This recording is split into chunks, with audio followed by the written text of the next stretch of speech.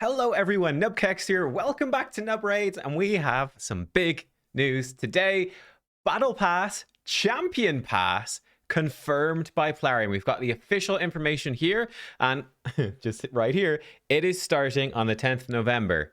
That is tomorrow, okay? We're going to go through all of this info. We also have info on the summoning events that are coming this weekend alongside the Fiery Singles Path for what looks to be a guaranteed Kira the Watcher, who's part of the fusion for Lady Mikage. So we'll talk about all of that. Plus, we've got a ton of 10x champions for each of the different days of the weekend if you're going for it. Let's talk about the juicy stuff first, though, which is this champion pass. So new updates there. That's cool.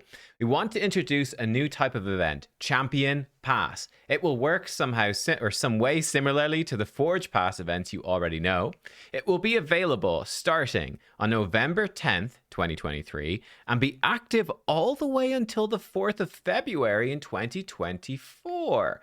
However, kindly consider the last day to join the ongoing Champion Pass is January 5th, 2024. Now, that is very interesting. Very interesting that this is going to be a much longer event than just a Forge Pass. I figure that probably the reason that you have to join it by the 5th of January, but it's active until the 4th of February, it must take a minimum of basically the 30 days, right? A minimum of a month, essentially, to actually complete the Champion Pass. That must be why. And that's probably with paid stuff as well. I would guess, because yeah, I guess the reason is that they won't sell the Champion Pass, because I'm assuming there is, yeah, in fact, there's two forms, basic and elite. I'm assuming they're going to be selling that for a good chunk of money. I guess that they can't sell it if you're not actually physically capable of completing it on time. That's what I would think is going on. So there you go. But it's going to be a long event, potentially, likely to take at least a month to complete. Champion Pass will include a number of challenges you need to complete in order to earn points. Thus, by accomplishing challenges and earning Champion Pass points, you can increase your Champion Pass level, 25 levels in total. As you progress through levels, you get new rewards. Okay. Actually, relatively few levels, right? A Forge Pass is what, 50? I think the Forge Pass is, yeah, it's 50 levels. That lasts 4 weeks, and usually you can finish, right, these 50 levels much more quickly. Like, I'm up to level 19 and there's still almost 3 weeks left on this, right? And I haven't even done all my weekly challenges. I've got the paid version of the pass. I'm leveling up faster, but right, with the paid version of this pass, I'm expecting to have this completed with, probably 1.5 to 2 weeks still left to go. So you can complete it pretty quickly. You're getting lots of levels. This Champion Pass seems like it is going to be probably a bit slower, but hopefully each level is going to give you bigger rewards. We'll find out. Champion Pass will come in two forms, Basic and Elite. The final reward for the Basic Pass will be a Sacred Shard, while the Elite Pass will feature a particular champion you'll be able to claim and greater rewards to unlock along the way. So not really a surprise here. We were speculating yesterday how much this will cost. We do not know. YST was guessing it's probably about $24.99 US dollars, which is $5 more expensive than the Forge Pass. $5 more expensive than the Revival Pass, but it is what they charged for the Battle Pass back in the day. So I wouldn't be shocked. I was betting it might be $29.99, but we'll see. The question of price is very much up in the air. But obviously, you buy the pass, you're going to get a particular, presumably, interestingly enough, it does not say legendary. A particular champion. There's a decent chance it's a mythical champ, right? There's a decent chance at this point. And also big rewards along the way. And if it's mythical, it might be more expensive. We'll see. But it does mean everybody is going to be able to get a Sacred Shard. So yeah, hopefully there'll be decent rewards along the free pass. And we'll see what this paid pass is going to be like. It's quite likely it's going to be probably one of the best ways to spend money if you are a low spender is likely to be this.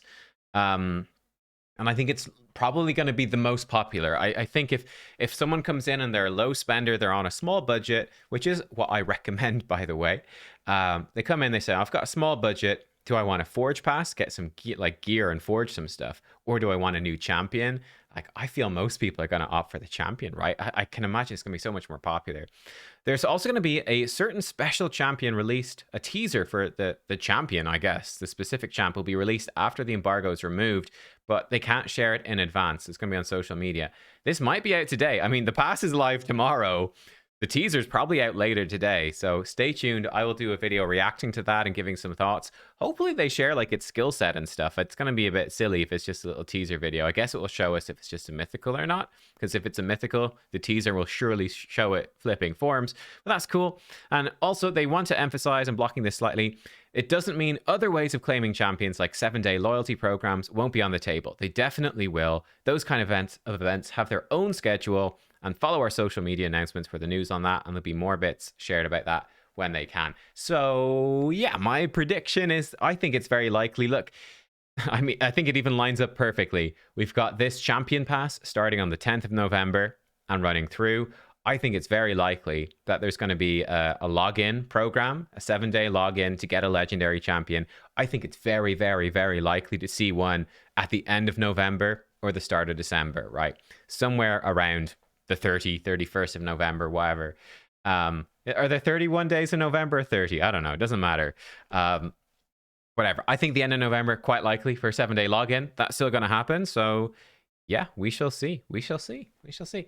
And that makes it in some ways more likely, right? Because if this takes a month, so you'd be getting this champion potentially around like the start of December, like December 10th. Let's say you get this champion by December 10th.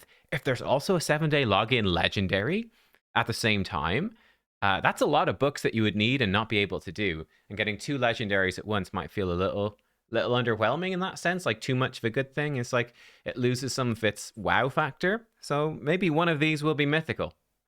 Pretty intriguing. There you go. Let me know what you think about that. Now, the other bit of news we have is I've opened up the same bit of news twice. Whoops. There it is. There it is. There we go. Okay, we fixed it. So there's going to be a whole string of 10x events this week. So here we go. This is almost definitely tying into the fiery singles path. Instead of having a summon rush event this weekend, seeing it's out of fusion, it's going to be a heroes path event. So very likely it's going to be effectively summon rush baked into this. Probably dungeon divers as well. That's my bets right now. Dungeon divers, summon rush, maybe like soul stones, something like that, coming in to this fiery singles path. It's unlikely to be champ training when there's already champ training. It's very unlikely to be artifact enhancement when that's starting as well. So those are the events I think are going to be in it. And yeah, Kira the Watcher, I would guess probably for around 20 sacred shards worth. We'll talk about that in a second. Let's look at the 10x champions first, because I think that they're actually pretty good 10x champs. So on Friday, November 10th, Baron and Newt. So Baron from Voids, Newt from Ancient Primal Sacred. Very, very strong champs. Baron is just a great nuker. The reason he's so good is Sky Piercer attacks all enemies, ignore shield block damage and 50% defense. You stack that with Savage, you stack that with Helm Smasher, and it hits so unbelievably hard. It's a massive nuke. Downside is it is a 4-turn cooldown. I do have Baron. To be honest, I don't use him all that much. I kind of lack really strong protection champions to put him with. And so I actually prefer to use Wukong. Honestly, Wukong does a similar job. Wukong's got mini Sky Piercer on his A2 and a shorter cooldown. He's got the Wukong passive, of course. So I use Wukong myself, but Baron is really strong as well. So yeah, I think he's a popular champion. People like going for him. I do think that there's better Voids, though, in this 10x that I would pick over Baron. Newt, though. Newt is exceptional. And this is such a funny one because he was a fusion. Normally, I'd never be saying, wow, go for a fusion in a 10x event, but Newt is one of those few. He's the best fusion we ever had, and multiple Newts opens up multiple strategies, mainly because of Blessed Bash. Triple hit, enemy max HP. A lot of the bosses in the game are capped at 10% enemy max HP per hit. So, I mean, simple enough. With one Newt, it becomes a bit tricky. But if you have 2 Newts, they each do 10% 3 times. So you've done 60% max HP with 2 Newts. Then you reset those Newts, you go again, the boss is dead. You've done 120% of its max HP. That's really big. Like if you put in like a Cold Heart and a Newt, Cold Heart does 10%, Newt does 30, that's 40. You double it, it's 80%. You're still quite a bit short with that one reset. So that's what Newt opens up for you, a whole lot of strategies. So this is a very strong option. Now, it is a 10x from Ancient Sacreds and Primals, which isn't particularly good. But it could be worth the risk of going for it. You could take the gamble and try to get yourself another Newt. I think if you don't have a Newt, it's even more tempting. Newt is Absolutely top tier. He's S tier. Yeah, he's phenomenal. So I'm cool with that. On Saturday, the 11th of November, Acrizia from Voids, Mountain King from Ancient, Sacred to Primal. So let's look at the easy one first. Mountain King, nowhere near as good as Newt. He's Newt's dad, but he's old. He's due to retire. Newt's taken over the business. Forget about Mountain King. Definitely, I'd be going for Newt 100 days out of 100 ahead of Mountain King. Mountain King is totally unnecessary, I'm afraid to say. He's got insane base HP, which is super cool. Massive base HP. It's actually ridiculous. He's a single target damage dealer. Like, he can hit pretty hard, but he has no extra turn mechanics. He's ridiculously slow. I think it's pretty hard to get good value out of him. He has some niche use in like Arena, but he's not particularly good. Like I said, 100 days out of 100, I'm picking a Newt over a Mountain King. So that's not too exciting. Now, actually, we're staying in the Dwarves for Acrizia. Now, this is extremely good, and I would be going for an Acrizia over Baron. Acrizia is insane. The AoE, enemy max HP, double hit on a 3-turn. That's so good. Double hit, single target. That steals turn meter. Really good as well. Even enemy max HP A1. Half damage from AoE attacks. She is still incredibly good for Hydra. Now, Trunda definitely steals her thunder, very much so, but Acrizia is easier to build a team around.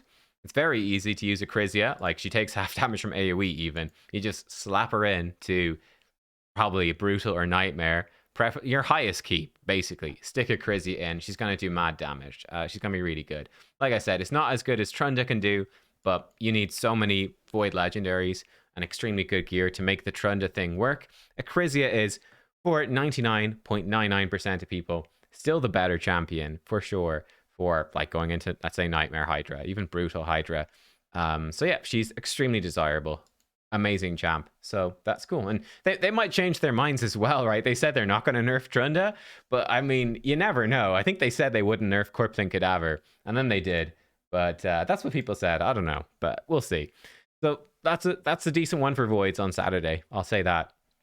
Sunday, we've got Turvold from Voids and Rotus, the Lost Scream from Ancients Primal Sacreds. Turvold is great. I'm a big fan of Turvold. I wouldn't be rushing out to hit him on a 10x Void, though. Again, I think we've got Acrizia there.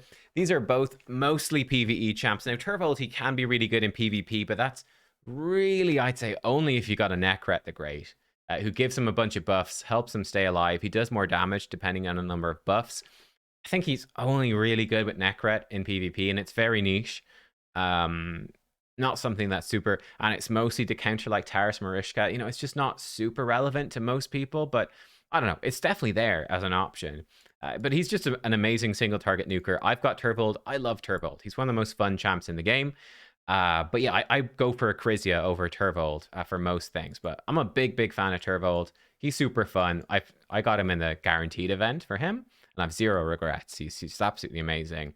And then Rotus the Lost Groom, exceptional champion as well. He's brilliant. This one is tempting as well, right? He just hits so hard with this move. He can get an extra turn off of it, making himself tankier with his A2. Extra turn on his A1, extra turn for chance for an extra turn on his A1, extra turn from his passive. The passive helps him survive. He is tanky. He smacks really hard. The extra turn mechanics and the survivability is what makes him so good. And just how hard this Fated Destruction hits, ignoring 60% defense. Like, this thing absolutely claps. She's got really short cooldowns as well, really short, which is very good against lockouts. Like, if you can pop, you got a 25% chance to get an extra turn and then you're into your moves, you know what I mean? Which is kind of nuts against lockout. So yeah, Rotus is insanely good, mostly just an arena champion. He can be good for some Doom Tower stuff as well, but he's mostly arena. He is brilliant. On the whole, if I was summoning for this Kira event, I would pull my Voids for Acrizia over the other two, but the other two are both great. They're both fun. I would probably personally rate them number 1 Acrizia. I'm going to be bold and say number 2 Turvold, number 3 Baron, which is that's a spicy one. I think most people would rate them number 1 Acrizia, number 2 Baron, number 3 Turvold. That's what most people would go for. So yeah, there you go. Now for the Ancients, I would say number 1 Newt, number 2 Rotus, and then number 5 Mountain King. But yeah, like, if you got a Newt, like, even if you got one Newt already, like, man, double Newt is such a game changer for an account like that I'd be going for that. So I'd be, yeah, my votes would be Acrizia on Saturday or Newt on Friday. Those would be the most valuable in my opinion. Now, to touch on Whether this is good, this is a spicy one. We've got Kira the Watcher as the guaranteed. Now, why this is spicy, we don't know how much it's going to cost, of course, but Kira is part of the Lady Mikage fusion. They're also giving away all of these rares at the moment in turn attack tournaments. So you could definitely have him. They did a second champion. I think they've had 2 champ trading tournaments for Tatsu. There might be an event soon, you would assume, for Weregran as well. They're sort of throwing a bunch of events at us over the recent while to get all the stuff you need to fuse Lady Mikage. Now, here is the thing. This is the most important thing. These 2 fusions right here, in my opinion, they're both pretty underwhelming champions. They're both like B-tier champions. They would be very, very, very, very good for you in your first, 6 to 12 months of playing the game. They could be exceptional. They could be the best champ on your account. They could make a huge difference for progression. As you go later in the game, though, these are kind of both useless. Let's be real. They're both useless late game. So, yeah, that being said, this is the crucial thing. Fusing 4 epics into a legendary like this at your own leisure as you pull them from shards and save them up and fuse it. This is an incredible deal. This is absolutely massive, right? This is basically a regular fusion, right, where you get 4 epics, but you don't have to collect a bunch of rares to fuse into them, and there's no time limit, so you're not forced to do whatever events. It's just wait.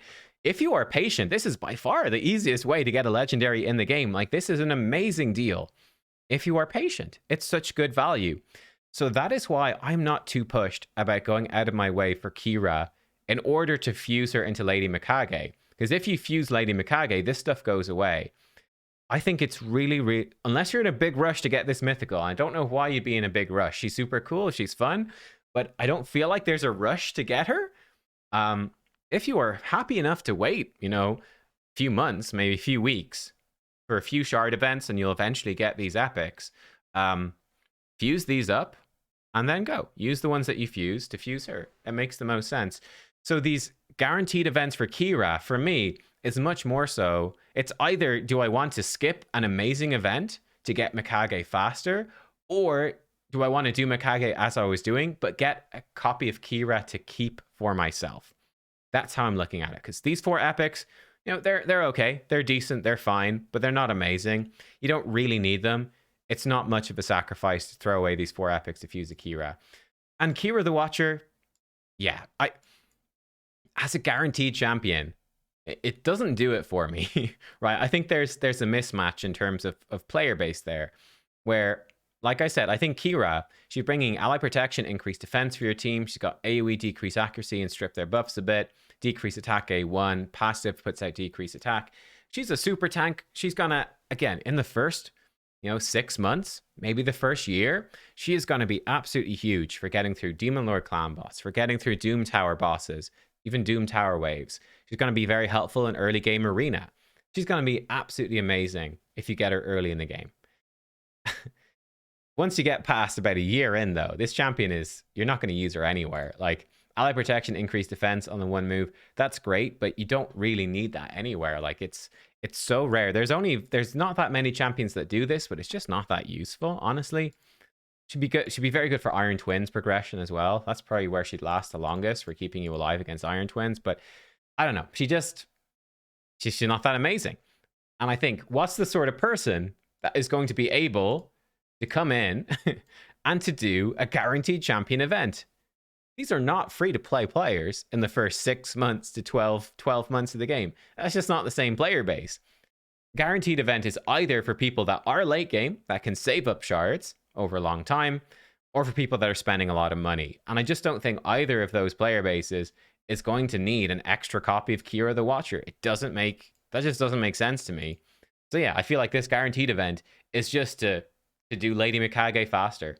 So yeah, that's up to you. Again, I think doing Lady Mikage faster and skipping out on this is kind of a waste. Like, I think that for anyone that's free to play, I would be doing this slowly, right? And I would definitely, free to play, low spender, I would 100% be fusing both of these legendaries. If you get extra copies at some point, that's all good. It's fun to collect extra, so that's nice, but it's good for faction guardians. Worst case scenario, you can unbind them for the token trader or whatever,